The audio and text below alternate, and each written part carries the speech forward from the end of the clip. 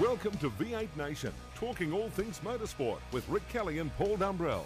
Hello everybody and welcome to V8 Nation. If you'd like to get involved with the boys Rick Kelly and Paul Dumbrell, very, very easy to do. All you need to do is hit them up on an email, v8nation@crocmedia.com, or you can tweet them at V8 Nation. Make sure you're following all the latest news and podcasts and everything that goes on in the show on that very site. And so welcome the boys, Rick and PD. How you doing?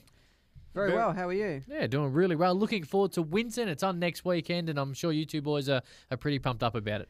It is. It's always good to go to the local race where you test at. And it's quite funny. You look over the history of the V8 supercars, all the Melbourne teams, you have to test at one track, and the designated track in Melbourne is Winton. And in the Queensland teams, it's Queensland Raceway. And it's quite funny. The Queensland teams come down. We do 4 or 6 test days at Winton, and we know it back to front. We know how to set the car up. And the Queensland teams come down, and they win. And then we go up to Queensland Raceway, and generally a Melbourne-based team wins. It's incredible, isn't it? It is. Exactly what you pointed out was on the top of my mind at the test day earlier in the week. You tend to go there and you talk yourself into being quite confident, and you run a good set of tyres right at the end of the day, and you put in a good lap time, and you leave there thinking that you're going to come back in a week or so's time and do an exceptional job. And I think that you can view a lot of teams confuse themselves as to whether they're going to be fast or slow at that particular round, because always qualifying in the race is during the middle part of the day when it's hottest, and when you're testing, the track goes away at that time, so you really don't bother doing much. You just wait. You do a good time in the start of the day and at the end of the day. So it's interesting. I think there's a lot of people that think that they're probably in the ballpark, and us included, probably yourselves as well. And hopefully leading into next weekend, we prove that we are in the ballpark and we don't get smashed by the Queensland teams again. It's going to be like that, and it was quite interesting. I had a bit of an incident late in the day, Rico. It's quite funny. We were speaking about it pre-show. At the end of the day, as Rico touched about, everyone puts on really good tyres, goes out, and obviously tries to put a good lap together, and obviously you walk away beating your chest, thinking you're going to go win the next race. And we were no different. We were about to do that, and all the 3 FPR cars were out there at the end of the day doing about 5 minutes to 5 just before the track closed. And one of the other teams out there got on the radio to their drivers, because our team had a race meeting and also at a test day, they actually scanned the other team's radios to sort of hear what they're saying about their car, what times they're doing or whatnot.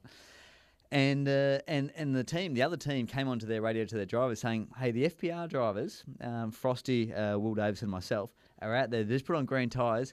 Do whatever you can to sort of get in their way out there. So that's a big no-no at a race meeting. We actually had Shane Van Gisbergen, I think, actually penalised at Perth at the last race, doing that, blocking someone in qualifying. So it was so unsportsmanship to hear that actually go on. Anyway, luckily or whatnot, I think the cooler heads prevailed, and they didn't actually get in our way. But it was interesting to actually see that a team would actually even be bothered in actually playing those games. But I guess you never underestimate what some people are actually capable of, Rico. Yeah, certainly surprised me that someone would get in their way. I mean, I saw you guys out at that time trying to get a good lap in, and I come across Will Davison a couple of times and ensured I got out of his way. But Peter, you're being very political there. Are you not going to sort of give us a heads up on who that mate, it was absolutely GRM. Oh no! hey, I'm not. It was actually quite funny. I actually drove home with Will Davison in the car, and we were talking about it. And I actually, my engineer came on the radio and said, "Hey, watch out for the GRM cars. They might be playing some funny buggers."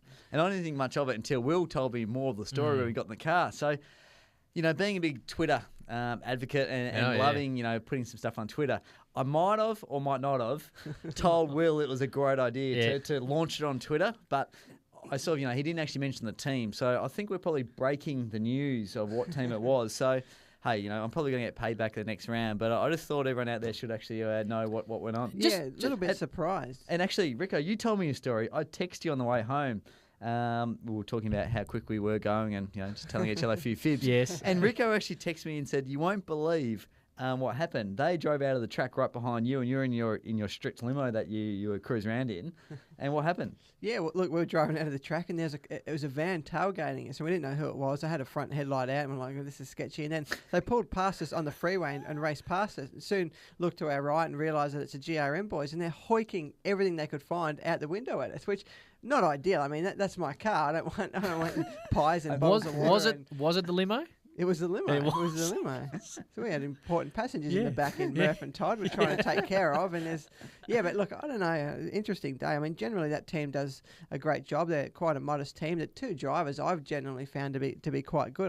There's probably just a couple of monkeys in that team causing a bit of trouble on that particular day. It was a bit left field for those guys. All right, I'm just going to jot down. Last week, Muppets was used a fair bit about some people. Now, monkeys has been used. So, geez, I tell you what, you're really using this opportunities forum of V8 Nation to just get some people rubbing them the wrong way. Hey, we got to tell them what everyone's really like out there. There's too much political correctness out there. You know, we're really here just to tell everyone what we think. You've been getting a little bit of grief because on this very program last week, firstly, we were disappointed that something broke in the media that Rick Catley could have probably pointed us towards anyway. Rico's engagement? Yeah, well, that's a second thing. Second, yep. Yeah, Just that's a wanted to point second that thing. out. There's a few things that Rick and look, we understand he's a private person and we respect that sometimes. But when the mics are open, we like to know what's going on. And I've just got a bit of audio we're going to play. We're going to go back to 7 days ago when the Stig was brought up. This is what we got out of Rick Catley last week. I might be led to believe that the Stig, the ouster Stig, Ben Collins, might be driving with the Kelly Racing team. Now, Rico. Look, we've had a great relationship with Ben Collins, who was the Stig for some time now. No, that's all he gave us last week on this very program. And since then, I know you've been copying a lot of it, and I've been copying it off Twitter going, you don't let Rico off like that. Get stuck into him. So we thought we'd revisit it, PD, and allow you to really get stuck into it. I haven't been him. copying anything. Yeah, I know no you one's haven't. questioned me whatsoever, Well, so I thought it's died. I put it to you, Rico, that you lied to us. You blatantly lied to us. You know exactly what's going on. Now, yeah, we're here, Camo here, we're here just, putting us out to the people of V8 Nation. We're not getting around in limos, PD. It's fair to say, isn't it? Times are tough. I can guarantee that he is not, as it was in the papers, it said he was driving with Todd and myself. I can guarantee he is not driving for Todd and myself at the end of the round. But you're answering half the question, Yes. though. That's is he the whole driving question. It said in the paper. I can't tell you everything. I only know that he's not driving with myself or Todd. I don't know what's going on with the other two cars. Who is he driving with? I don't think he's been locked in. Here comes another week, PD, of just copying it off Twitter, and you can't even go down to your workplace or at Winton or testing because they're going to keep saying you're just going too easy on Rick. But, oh well, that's all he's going to give us. We can't spend all day on it, but I'm sure that sooner or later we're going to find out exactly what's going on with Ben Collins. And is he driving with you, PD? It's not going to be a reverse psychology type of thing, and he's going to get announced. No, we're very happy with who we are about to sign, so we can't announce that yet. Do you want to ask the question, Rick, or do you want me to ask? Who's driving with you, PD? I haven't signed with anyone yet. Who are you looking at signing with? Jacques Villeneuve. Anyone else? Absolutely. Absolutely, there's a few out there. No. I think to put this to rest, a little bit like the Vanilla Slice competition, we should get Ben on. We should get Ben on. We'll ask him himself. Yeah, really? Yeah, next week. Can we get Ben on next week? Yeah, I'm not sure what time it would be in Europe, but we'll give it a good shot. Yeah, that's fine. Hey, we'll get him on next week. We'll give it a go. Yeah. We'll give it a go. So no guarantees? I know someone who knows him. All right. Yeah, I bet you do. It's a day we've spoken a lot about when it comes to the V8 Nation, and it's probably the most important day on the calendar when it comes to V8 Nation. And PD over there is looking a little nervous. We talk a lot about it. I think it's what's the exact date of this big day?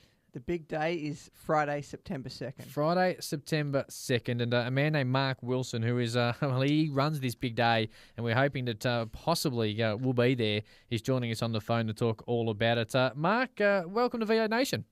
And g'day to you. Yep, thanks very much for having me along. Now, just for Paul Dumbrell, who doesn't exactly know what's going on, and the listeners out there, you just want to explain exactly where you're from and what you do. Well, we're in Oyen, which is in the northwest of Victoria. And you know what we have on Friday the 2nd, PD? Vanilla Slice. We have the Vanilla Slice, the Great Australian Vanilla Slice Triumph. It is a great day, and we're looking forward to something that you might not know about. And I understand on the day you've got what we would call a celebrity judge. You might want to give our listeners a little bit of a heads up of who might be judging the amateur cooking competition on the day. Well, we received an application in triplicate from one Paul Dumbrell. So explain to us what that will entail. How many vanilla slices is PD going to have to try and eat on that day? Hundreds. We talk a lot about it in the ad breaks here at V8 Nation, how you want to get involved, a little bit jealous when Rick Kelly was asked to be involved, and now you are officially going to be a celebrity judge, and I assume this is a fairly big moment for you. I've been working for my whole career for a V8 win, and what a better way to top it up to go up to Oyen and judge with Rico, because obviously we do it. We're a brother in arms. We're Yeah, I'll V8 be there. Nation. It's a V8 Nation supported event. So the three of us will be up here and we'll judge it all together. This is V8 Nation with Rick Kelly and Paul Dumbrell.